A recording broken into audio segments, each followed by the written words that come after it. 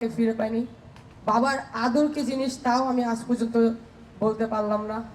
যে বয়সে আমি আমার বাবাকে নিয়ে স্কুল যাব হাত ধরে, ওই বয়সে আমি আমার আম্মুকে নিয়ে হাত ধরে স্কুলে যাই।